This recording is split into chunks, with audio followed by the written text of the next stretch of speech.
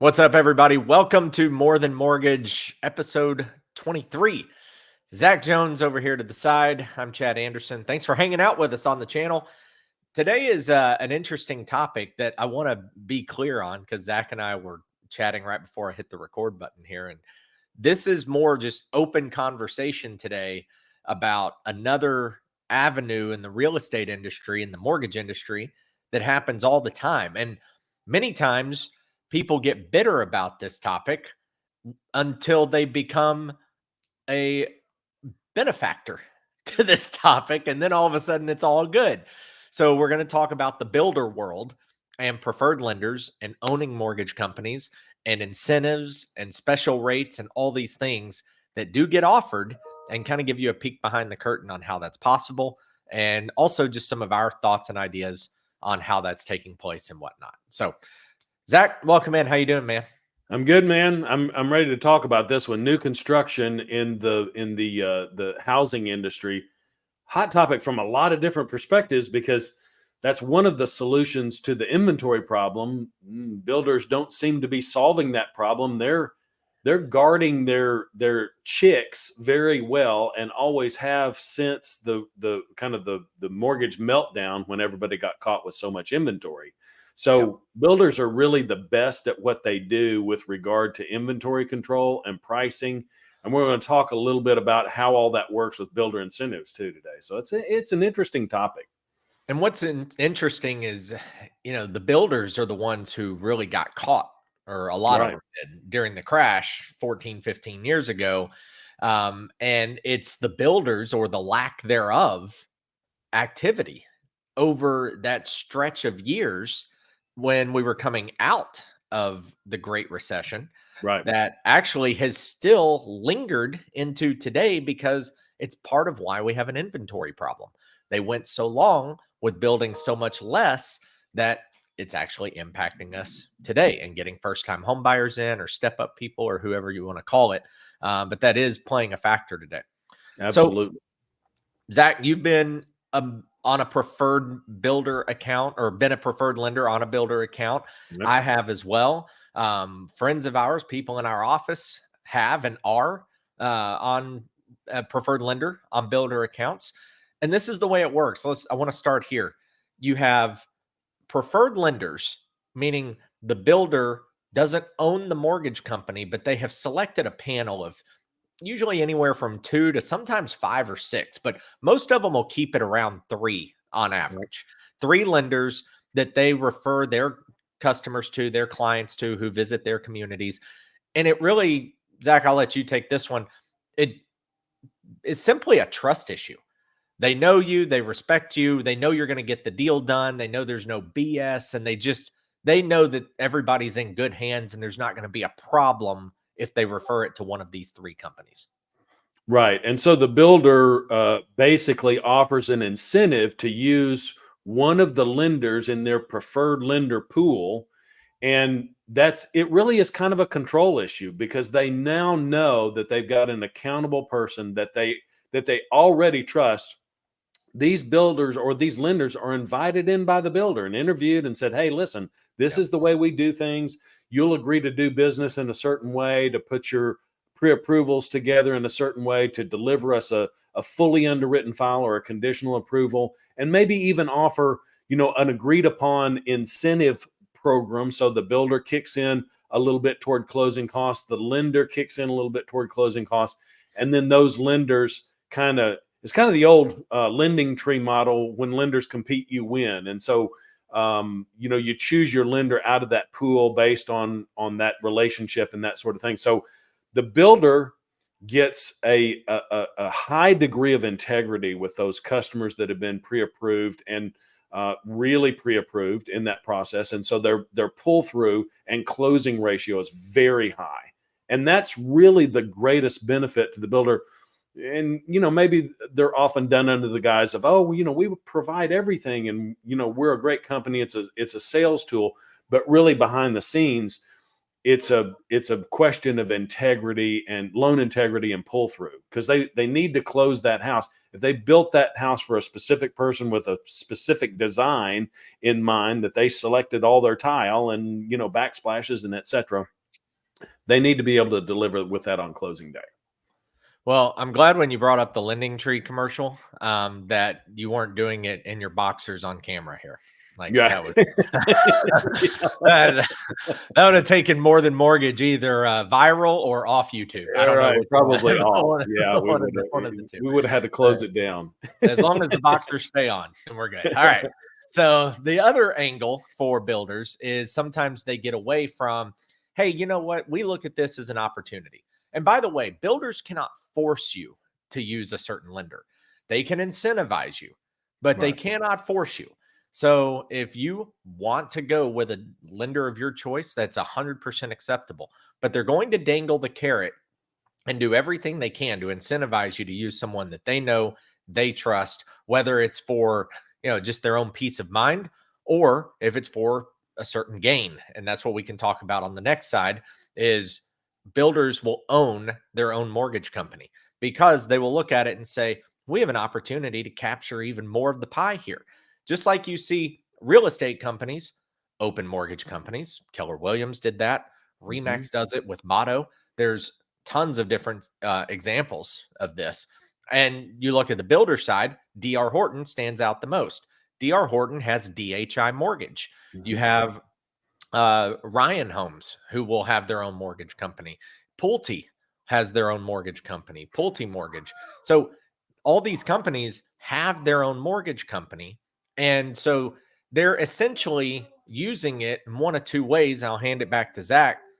They're either using it to close a loan, get a deal, and make money on both sides. That's one way. The other, because they'll also have their own real estate company a lot of times. So they're model agents and they're realtors.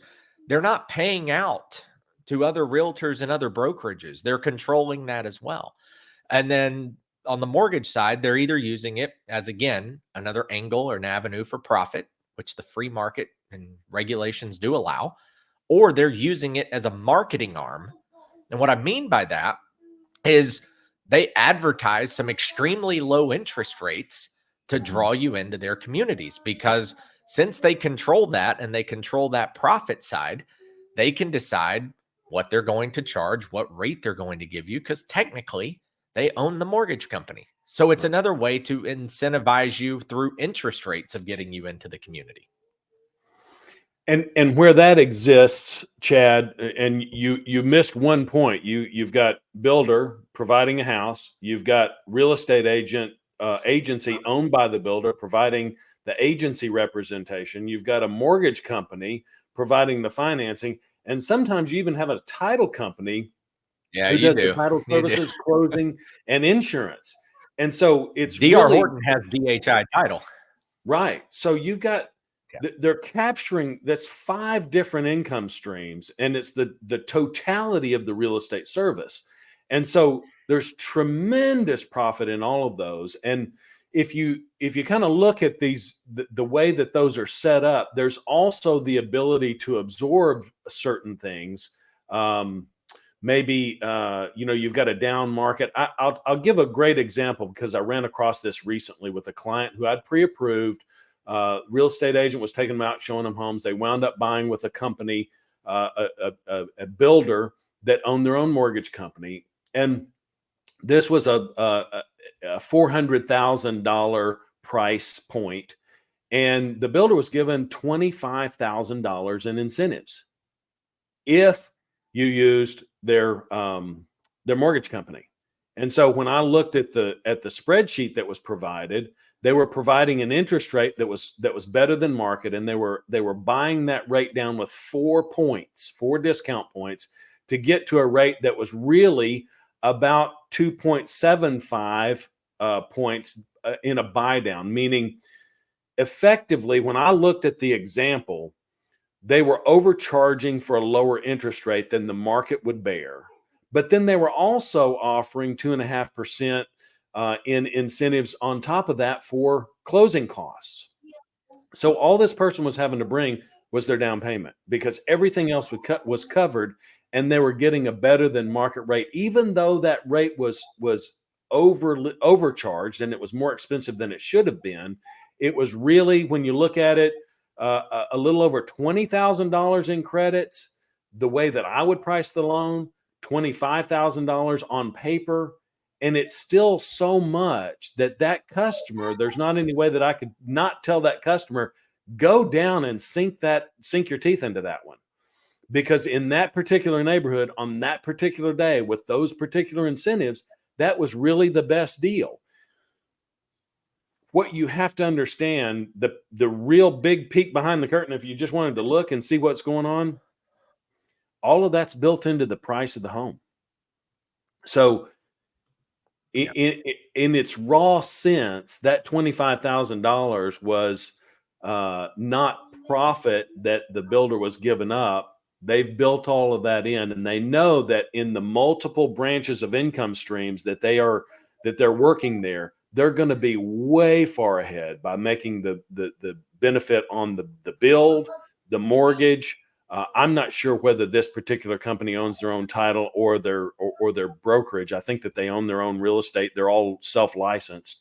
So an immense amount of profit on that particular sale, and the prices are protected by the builder moving forward. So they're not offering a discount of $25,000 to get that thing sold. If you don't take their builder, lender, title package all together, the price is still the same. So there's not any way that consumer could make sense out of coming to me, paying my discount points and my closing costs, when they can stay with the builder and get it for free.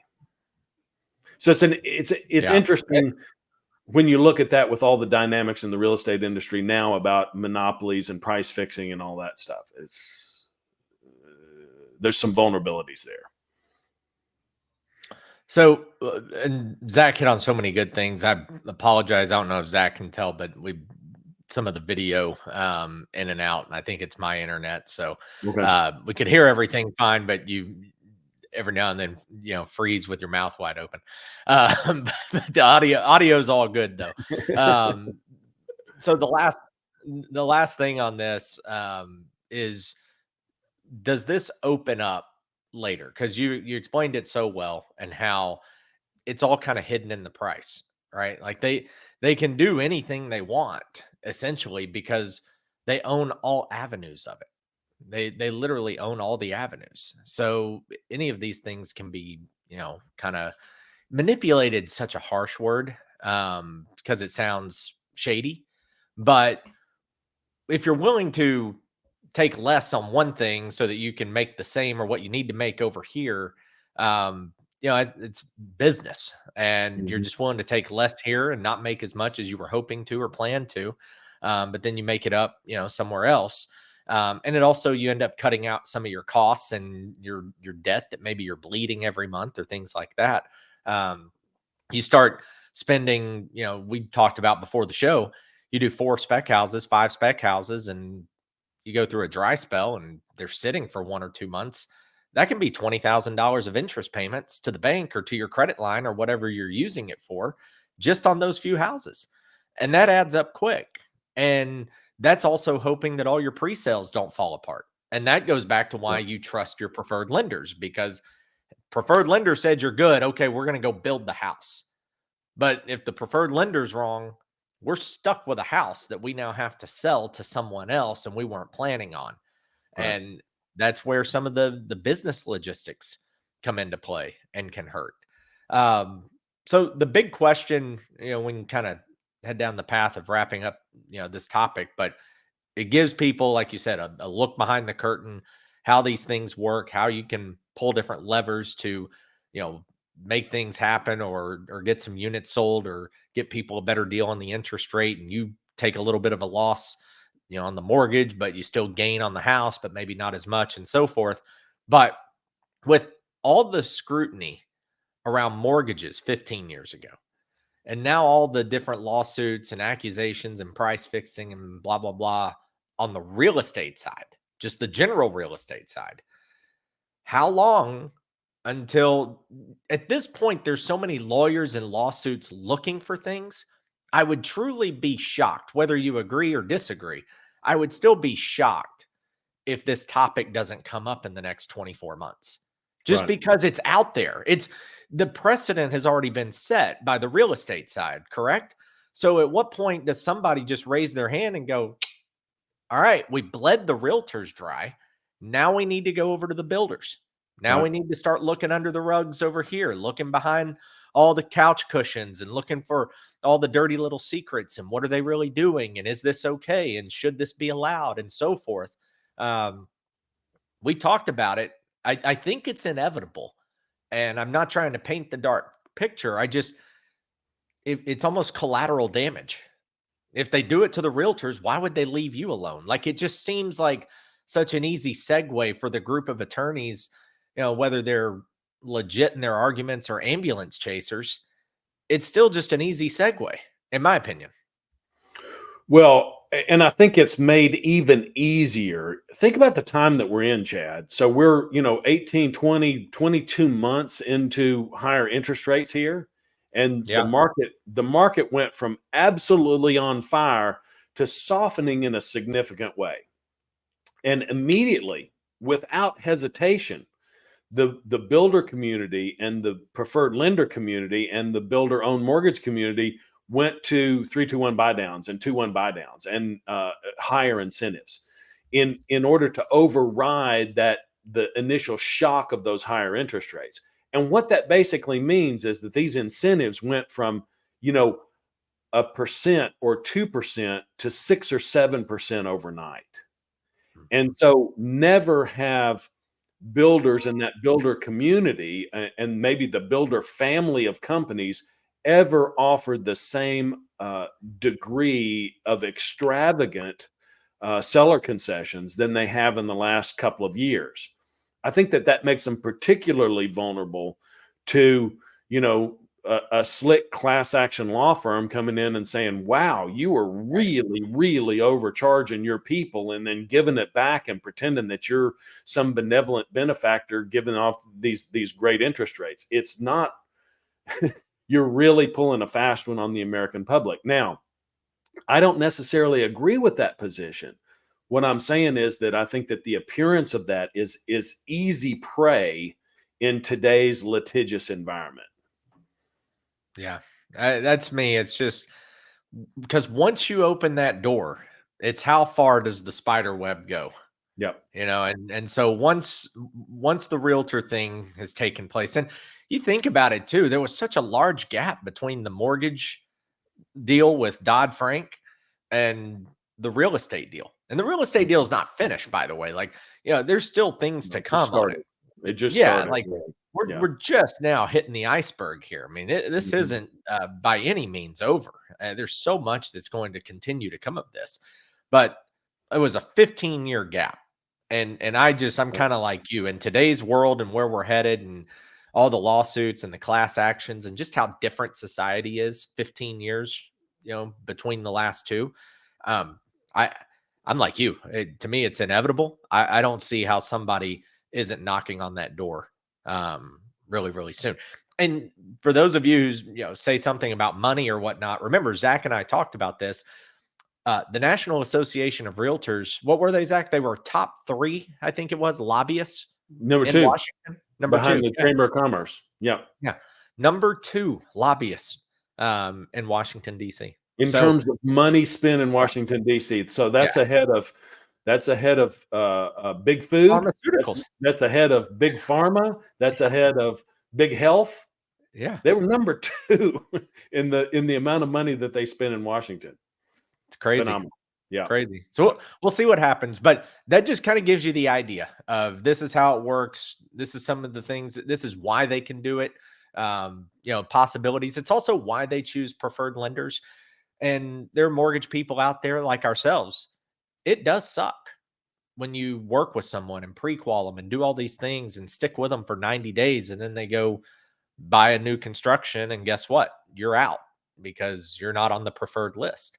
But at the same time, Zach and I benefited from that at certain points in our career. And we have friends Mhm. who continue to benefit from that. So it's just part of the game, part of the industry, and something you roll with. But that's really a lot of kind of how it's done and what they do and reasons behind it. It's not always, to close on this, it's not always just money, because there is an accountability thing. Like you said earlier, there is a sense of trust where they're wanting to know, like, hey, I'm getting ready to spend 400 grand of my money to build this house and sell it for 500 or 550 or whatever. So I need to know that before I spend 400, that this loan is going to close. And that's why they work with certain individuals and people and whatnot. So, Right. All right. Well, interesting topic. If you've got other reasons or ways or thoughts on how they do this, why they do this, or things we didn't cover, drop those in the comments. Hit us with a DM if you'd rather shoot them privately. Socials over there in the corner: YouTube, X, Instagram, Facebook, at Zach Jones Loans, at This Chat Is Real. Thanks for hanging out with us today. I didn't put the More Than Mortgage banner up. My bad. We had the wrong banner up. So my bad. But Zach's on all those, and he actually puts out more content than I do. So make sure you follow him as well. Everybody have a great one, and we'll catch you next week. Thanks for joining us.